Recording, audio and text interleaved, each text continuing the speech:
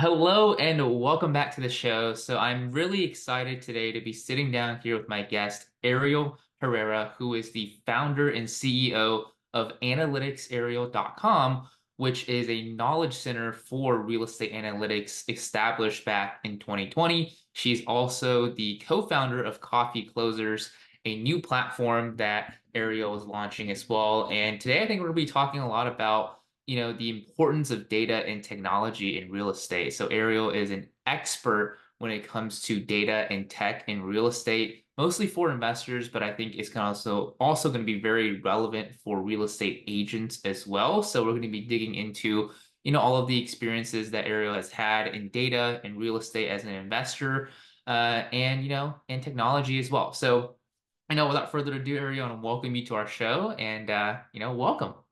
Thank you so much, Kobe. Yeah, super excited to be here. Yeah, so I'm excited to have you on. And before we dig into, kind of your experience and how you got into, being really kind of the leading tech expert in at least in the circles that you're in when it comes to real estate investing, why don't you give us a little bit of a background about yourself and, how you got started in real estate and, how that became where you are today. Sure. So I started back in real estate about 5 years ago in 2019. Prior to that, I was just working full time as a data scientist. So think of working with spreadsheets, but many, many, many different spreadsheets. So lots of data. And as I was commuting into New York City every day, I thought, oh, I don't know if I want to do this the rest of my life. Commuting 2 hours each way, taking up so much of my time and not getting to spend it with the people I love, like my family. So with that, I went down the similar rabbit hole many people do, which is how do I get my time back? How do I choose to work on projects I want to at the times I want rather than being forced and given intervals? So with that, I saw passive income streams. A couple of them were like Amazon fulfillment businesses, some pointing back towards like doing stock trading. And then the one that spoke to me the most was real estate and real estate primarily because it had been done for centuries, so very long period of time. Most millionaires can always point back that they have done real estate at some point, and they've done it with less resources than myself. So I thought if they could do it, why can I? So from there, I started to analyze my own deals, found that the data was practically non-existent to be able to be easily consumed.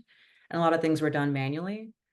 So I started my process of developing a YouTube channel to showcase how I use tech in order to help me with my investments.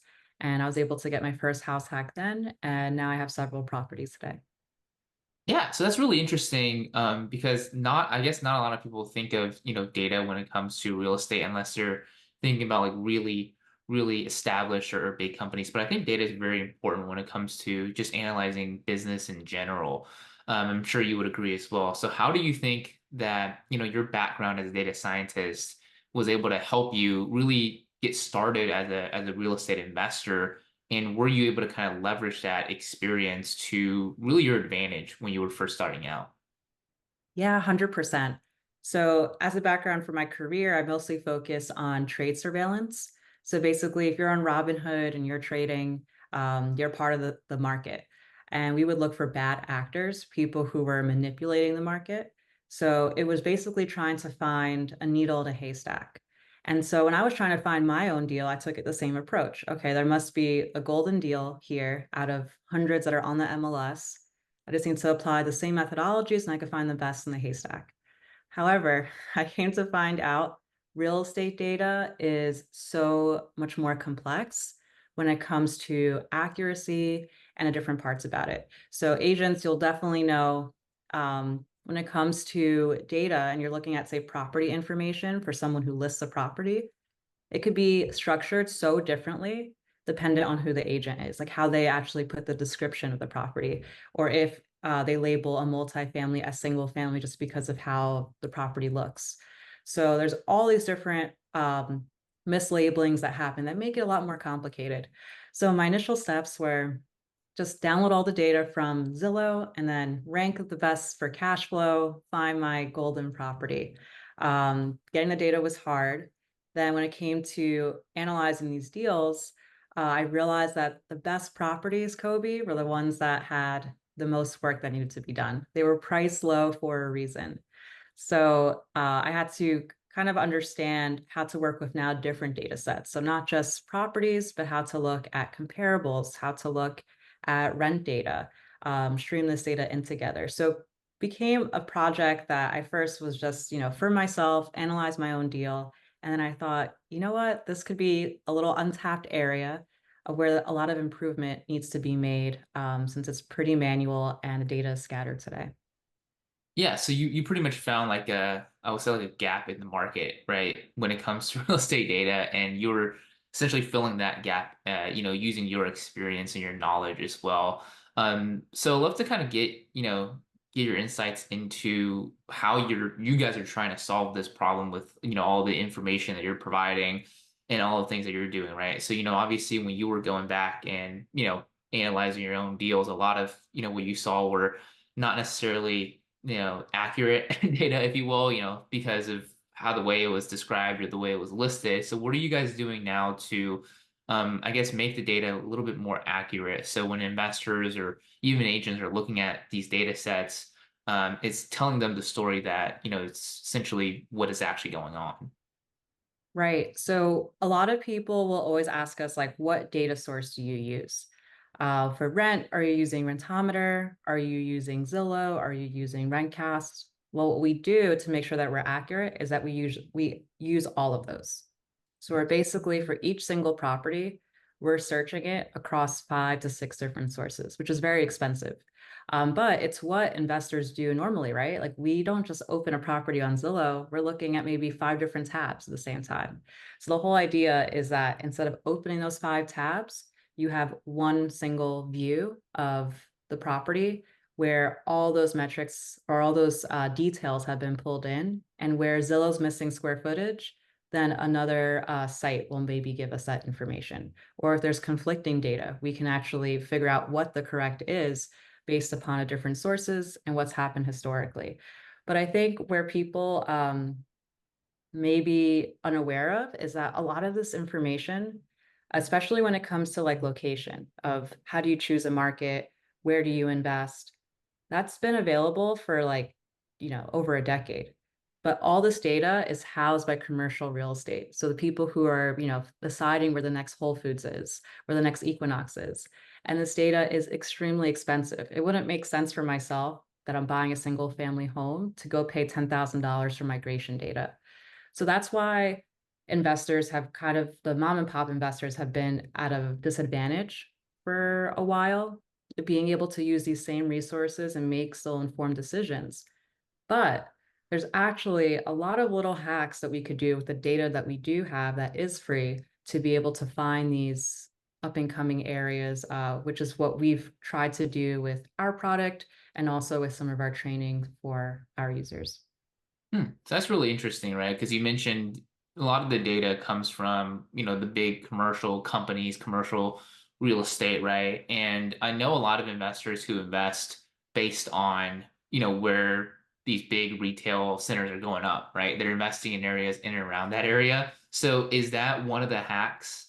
Or if you could share some of the hacks you guys are looking at as far as, being able to procure your own data as a smaller investor, but not having to, pay, like you mentioned, tens of thousands of dollars for commercial real estate data that's out there, but it's more for, enterprise solutions.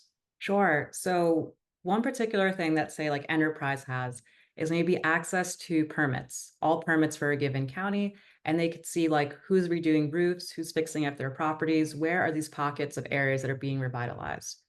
But for us, what can we do to do that? So usually when an area is improving, there's at least some like sort of news or buzz about it. So think Google News. What I used to do back in the day was actually like use Python scripts to like pull out information from Google News across different like places to see where's there like a new train coming, a new restaurant, a new, winery, all these little things that could help to draw buzz. But now you could pretty much just use ChatGPT. If you understand how to ask it questions in the right form, where you say, hi, like I'm a real estate investor, you're an expert that synthesizes data about how a market can be affected. Please show me the top employers. climate risks, maybe also like new development that's happening, and it can synthesize this entire report for you, what's been coming out in the news. So you can get that information. Now, yes, that's like slightly lagged because that's happening likely like right after the permits have already been initiated. But instead of being like so lagged where you're just getting the news after Whole Foods is there, you're now like one of the first people to know with the public when these new developments happen.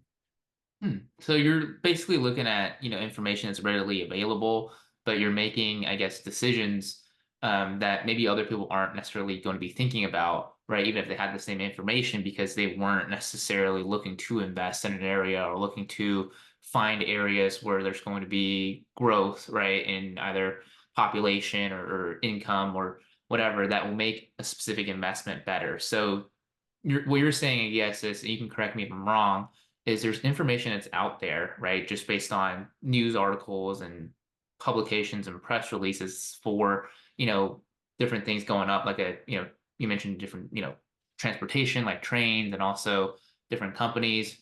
But as an investor, you can look at these things and you can analyze that information and make decisions in your investments based on, what you're seeing out there.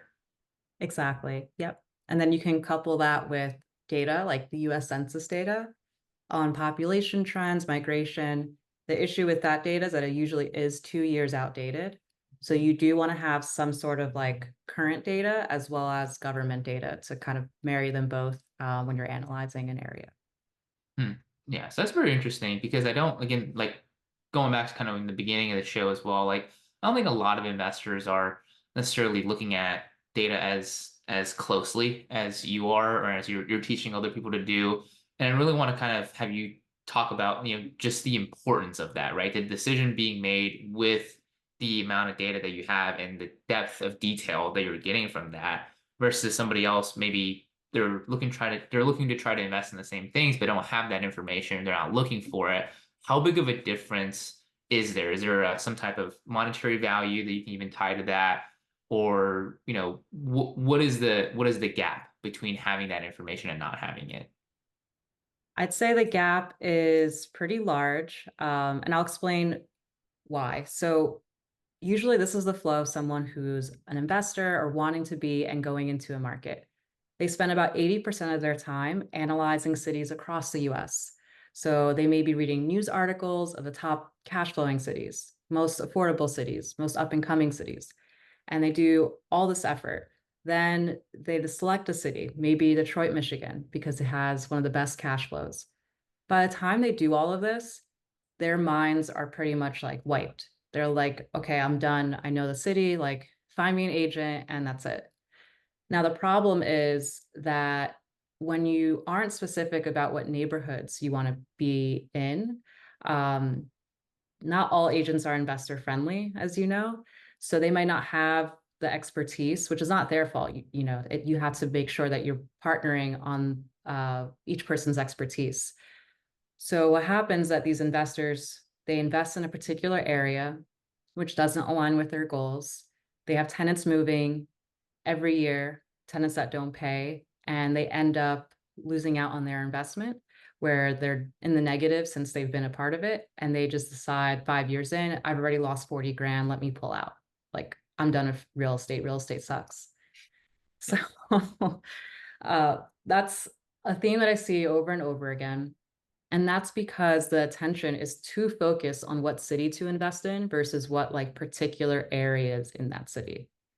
Real estate is hyper local, and that's why it's one of the best asset classes to like get into because it's all about the knowledge of the area, which is why having a trusted agent that knows the area is really powerful. So if you are someone who's intimidated by data, that's okay.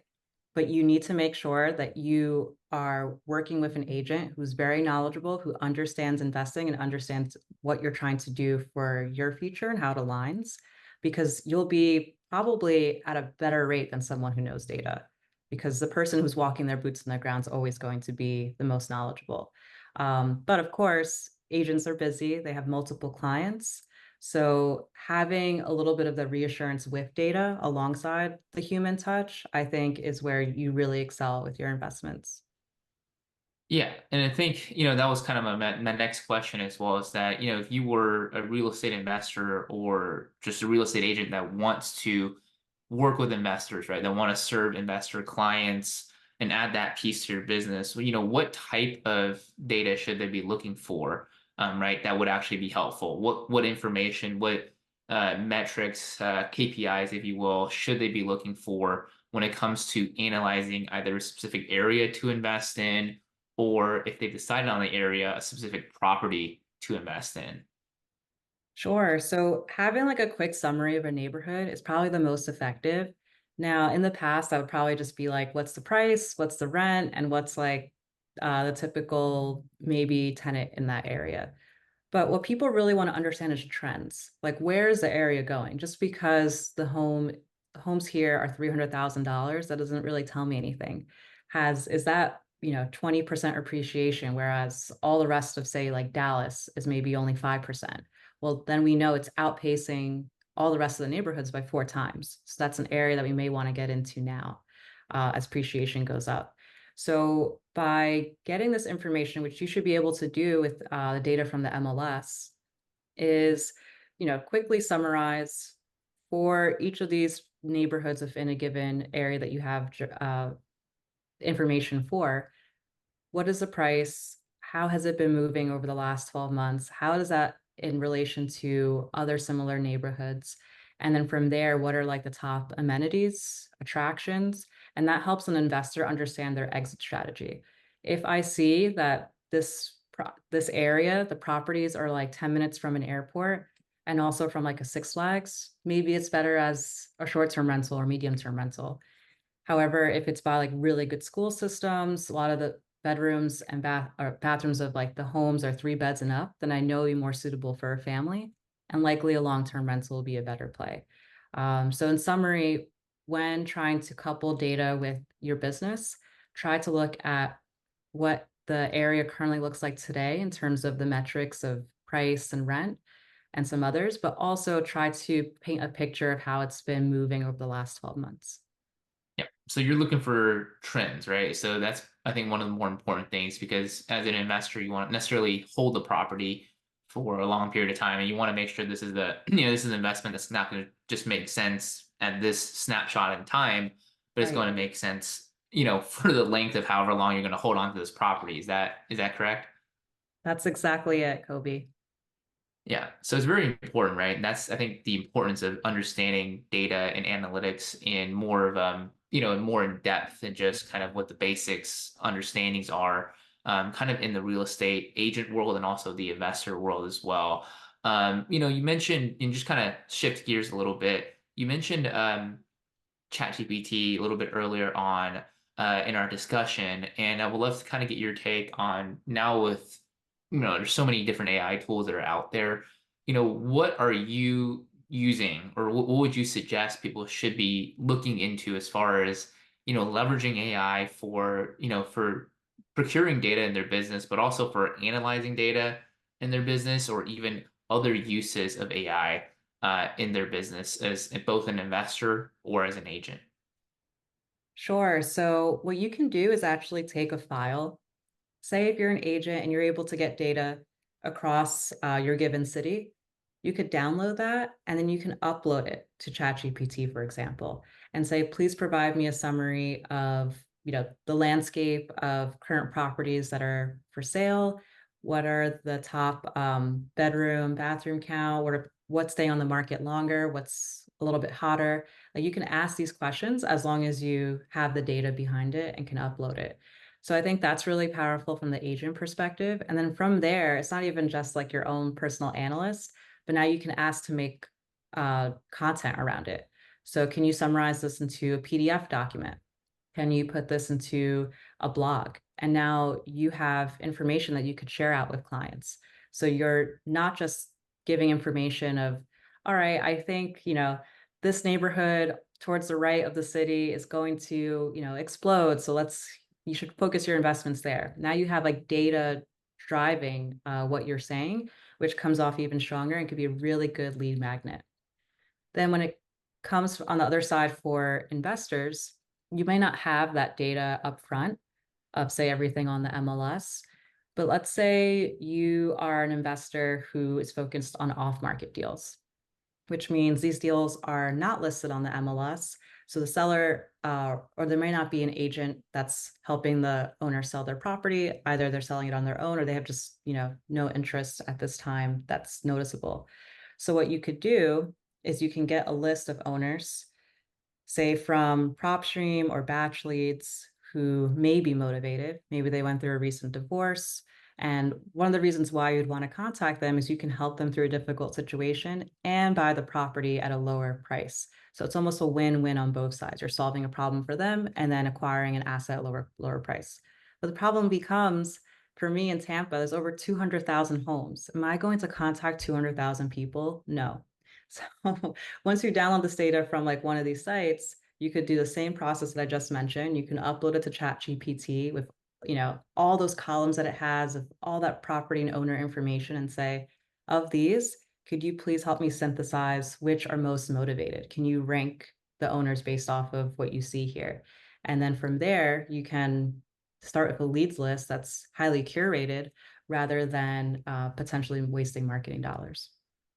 Yeah, so that right there, I think is, it's a big difference, right? It makes a big impact in especially smaller investors, right? Like you mentioned, you're not going to contact over 200,000 homeowners, right?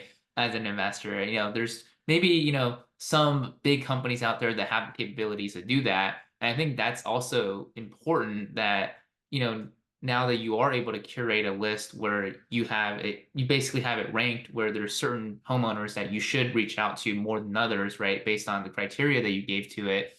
That actually helps you compete with the bigger companies out there who are also trying to buy those homes, right? Because now you're able to give maybe even more tailored approach, or maybe you're able to spend more time with specific homeowners, right? Because it's going to be a better return on your time than if you were to just contact them and also 200,000 other homeowners as well.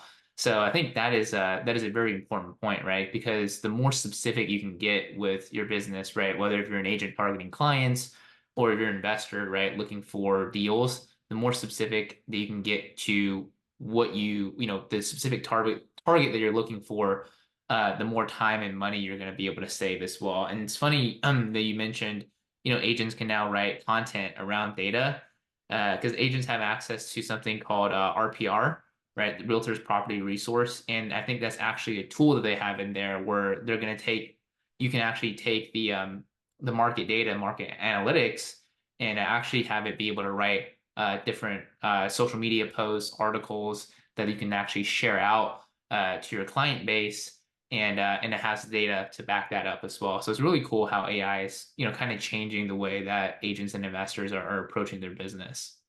Yeah, 100%. And it's not even just like we never had access to some of this information and stuff. It's just we're freeing up our time, right? Like as an agent, one of the biggest benefits is that you do have that local knowledge. You have those communication skills, negotiation skills. If you're spending your time like researching, copying and pasting information, trying to make a document pretty, like that's not the best effort of your time. Like finding leads, helping those leads that end up becoming clients is your main focus. So that's one of the benefits that I love about AI and helping you get back to those tasks that matter. Yeah, exactly. It's a big time saver. And I think it's really interesting that, you're also, you have the background in data analytics, but you're also very heavily involved when it comes to technology and real estate as well. And I think, aside from AI, is there any other tech tools that, you have been using personally, or, one of your companies that you guys are, putting out there that you think will be really beneficial for not just an investor out there, but also a real estate agent to be able to look into and to start adapting into their and integrating it into their business, because a lot of agents out there are not necessarily tech savvy, so they might be a little bit afraid of kind of the new tech that's going on. Yeah, there's a lot of new tech that's popping up. I think you don't want to force anything, right? You want to kind of audit yourself and say, like, where am I spending a lot of my time? Sometimes what that means is actually spending like 2 weeks of just like recording down in a notebook how, like, what were your tasks that you did for the day and about how long did they take?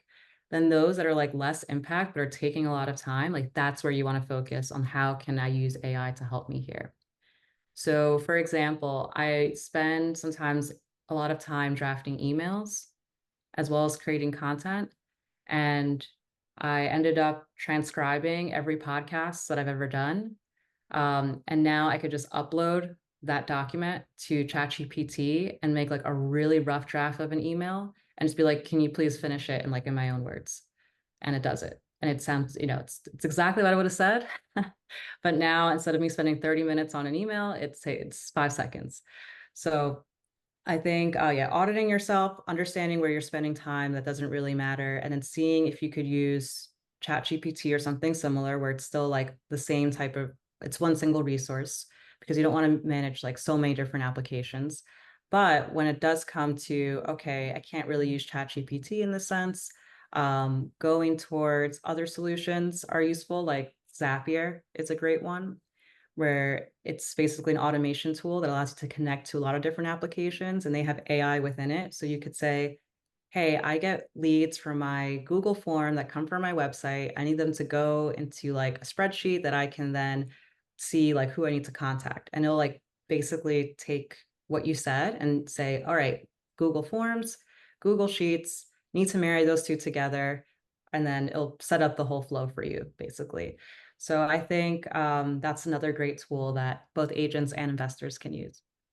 Yeah, Zapier, right? I've heard a lot about Zapier because a lot of the people that kind of work around, they live by it, right? It's one of the most important tools kind of in their Yeah. business. And a lot of agents and investors, they don't even know about it, right? They're not even aware of what Zapier is and how it works and how they can leverage it to really save, multiple hours a day on just some simple basics tasks, right? Like one of the examples that I got was somebody who were maybe they were an agent hosting an open house and they were collecting data, like collecting numbers and names of people that were coming in there, right? They have to manually put that into their CRM versus if they have Zapier, they could potentially have a connection between just putting a contact in their phone and also having it directly just zap over to the CRM, which is a huge time saver. That could add up to, multiple hours a day or a week when it comes to the amount of time that, agents and investors are saving just in their day to day. Agreed. And that's you mentioned it, that's one of the key factors is the CRM. Like you need to make sure your CRM is strong, that your leads are flowing correctly into it. And if you're getting leads from so many different avenues, that's a great solution with Zapier to kind of streamline that.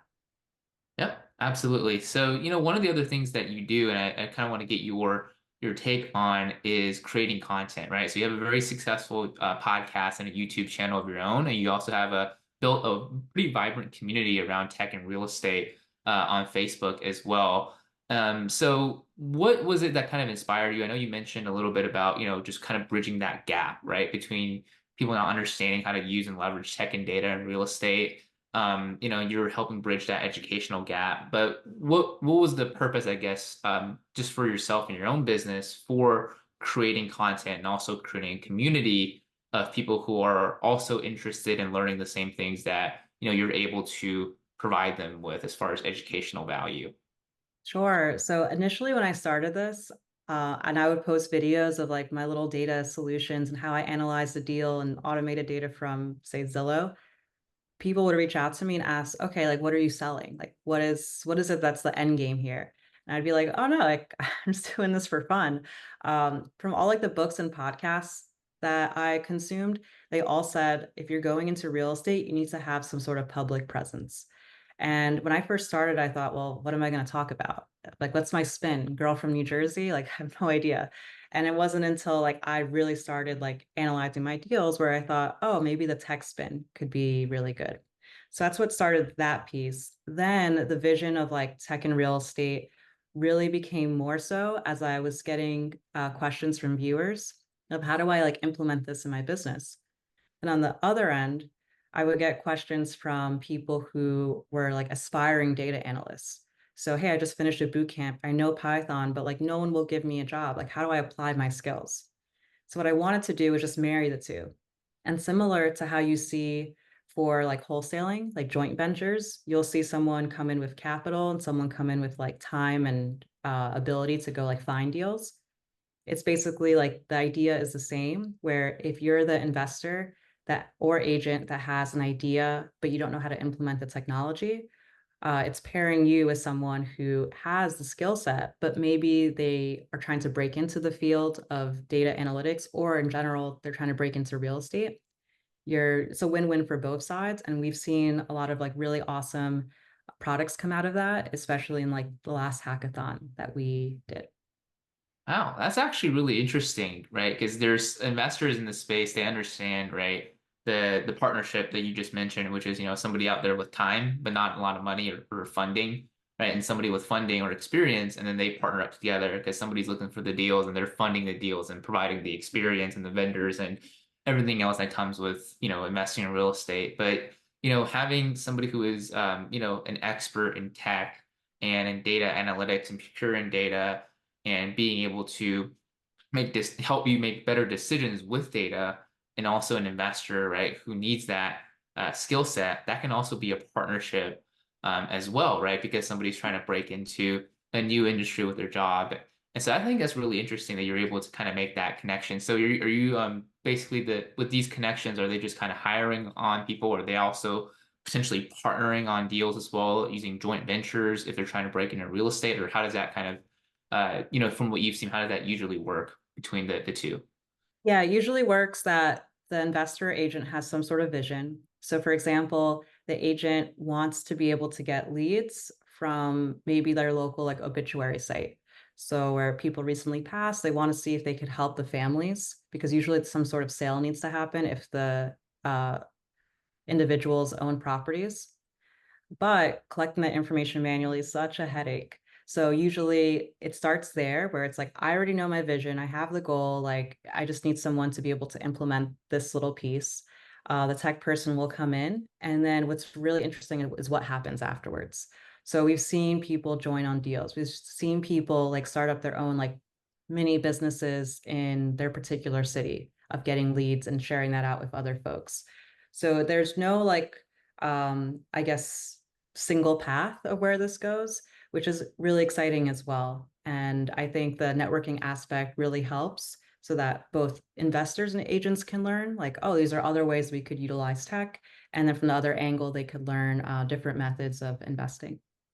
Yeah, so that's super interesting. Again, I think it's really awesome. You kind of created a community around that where people are also able to find other individuals, right, who can help them and also provide kind of a value or service back to them as well. So I think that's really awesome that you're able to kind of create this network.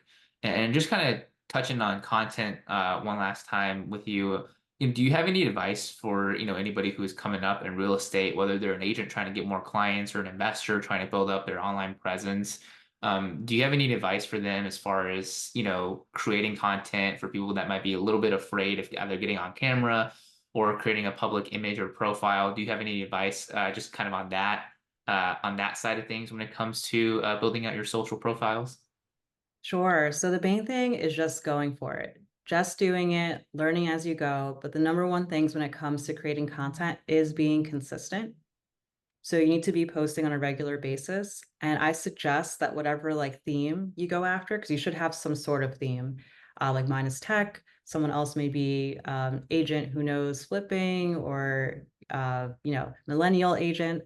So whatever your topic is, feel passionate about it because no one will probably watch anything you post for the first 3 months. It just is what it is, especially now that things are a little bit saturated with so much content. But where you can stand out is just being vulnerable and being honest. Because we have now, over the last 2 years, people using AI to help them, which can be good. But then you get some content that is just like, it feels like a robot scripted it and a robot said it. So if you can kind of break that fourth wall and just be like honest and have honest takes, be passionate about what you're talking about, that is probably my first advice. And then second would be just try to network with other people as much as possible. If there's other people who are just starting, literally type in something on YouTube. This is what I used to do. I would type in like analyzing a deal, and then it would come up with like bigger pockets as the number one like stuff. And I'd be like, there's no way I'm getting in touch with Bigger Pockets. So and my next step was that I would sort the videos of the upload date that were uploaded this week and by recency, and then I would find smaller channels. And then from there, I would reach out to them. Maybe 2 out of every 10 would respond to me. And then we do some sort of either collaboration or like somehow leverage their network as well so that you could get your name more out there. That's actually really interesting. I think I'm gonna have to go try that. I've never tried that before of analyze filtering the videos down by recency because when you go on YouTube, right, and you can look at all the channels out there for a certain keyword and all the huge channels are all going to come up first. But when you're looking for the smaller channels that you can actually collaborate with, it's harder to do because if they were already big, they would already be very easily searchable. So I'm gonna go and try that and see what kind of results that I'm getting from that. But yeah, I think podcasting, right? Kind of what we're doing now, and your podcast as well. I think that might be the easiest way for somebody to start doing content, getting on video, because there is more of a back and forth. You are able to collaborate with other people and get their take and their expertise as well. And I think for podcasting, it is a lot easier to stay consistent because every week you can have a new guest talk about a different type of topic. And that's been, at least my experience. I'm sure, you have that experience or something similar to that as well, having hosted your podcast for quite a bit as well. Yeah, because then you could cut it up into little shorts as well, short videos. So it's like one long form of content can end up being like 10 different forms at the end of it. And little tip, I haven't posted officially yet, but I am looking for a co-host. So if anyone's interested, we want to continue to do more podcasts on tech and real estate channel. My bandwidth is getting smaller and smaller with coffee closers as it continues to grow. So yeah, this fall I'll be looking for someone to take a little bit more lead and also join. Yeah, so if anybody's out there, right, want to co-host on a podcast, get your start. There you go. Here's an opportunity, right, to jump right in. And I think I think just to wrap up today, you mentioned Coffee Closers, the company that you're a co-founder in, is growing very rapidly. So I would love for you to be able to have an opportunity to share with everybody who is watching and listening to this right now what that company is, what are you guys doing, and how are you guys serving other investors out there with with Coffee Closers. Thanks. So what we do is we help investors find deals and especially the working professional. So for myself, I was spending 2 hours each day after work trying to analyze deals in the market. This is one, too slow to do today in 2024. You'll be missing out on deals. And second, it's not the most effective use of your time. Like you should be leveraging the time that you have with family, friends, learning new topics, other things that matter. So what we do is we try to streamline the process by using data, automation, and AI. However, we built a pretty sufficient product that we've had out for about a year. And the number one thing that we saw that was an issue was that throughout the entire country, maybe 2% of deals cash flow. It's a very different market than we saw in the past. There's less supply, prices are higher, and just less cash flows on a regular rental. So what we've done this summer is we've shifted our efforts and we're 100% on creative finance, which is a strategy that allows you to put sometimes even less money down and work directly with the seller as the bank. We see this as an area that's going to not only just be really useful now, but increase because potentially more sellers, especially with the boomers, more sellers looking to sell their homes, go to downsizing in their properties and looking to achieve that price that they might not be able to do otherwise. So yeah, with that, if you want to be a part of the creative closers journey, you could check it out at coffeeclosers.com. There's a little creative link and we have a community to support you as you look for those deals. Ah, that's awesome. I think so, again, it's really interesting some of the things you guys are doing because there's not a lot of companies or individuals out there kind of serving the individual investors with these data and tech solutions. A lot of big enterprise solutions out there, but not for the individual mom and pop investors, which is really, I think, the majority of investors, right, that actually need this information. So, guys, make sure to go check that out. But Ariel, I really appreciate your time today. I think you covered a ton of valuable information with us, and I want to thank you for being on the show today. So, for anybody out there who is watching or listening to this that want to get in touch with you, that want to follow your content, what are some of the best ways for them to either reach out to you or to be part of your community and the network that you are building in the space of tech and real estate? Sure, you can reach out to me on LinkedIn or via email, Ariel Herrera at AnalyticsAriel.com. And be sure to follow the Tech and Real Estate channel. We're going to be starting lives in September, live deal analysis. So if you are a newbie looking to understand how to analyze a deal from the financials all the way down to how to analyze a location, this will be the right topic for you. Awesome. We'll make sure to leave all the links to that in the description, the show notes down below. So make sure to check that out so you can be a part of, everything that's coming out with Ariel on her channel and a lot of the interesting content and network that she's building around that as well. But other than that, Ariel, I want to thank you again for being on the show. And before we let you sign off here, is there any last pieces of advice, any last tips you want to just leave with the audience before we hop off? Yeah, I'd say just take action. A lot of folks I see, they get consumed with just being able to know everything in the whole landscape of real estate or as an agent before they even go take their license, for example. But a lot of the problems that we solve it on the go. So build your network and expect the unexpected to happen. But once you start taking action, it'll become a lot more smoother afterwards. Yeah, I love it. That's great advice. Thank you again for being on the show. Thank you guys for tuning in, and we will see you on the next podcast. Take care.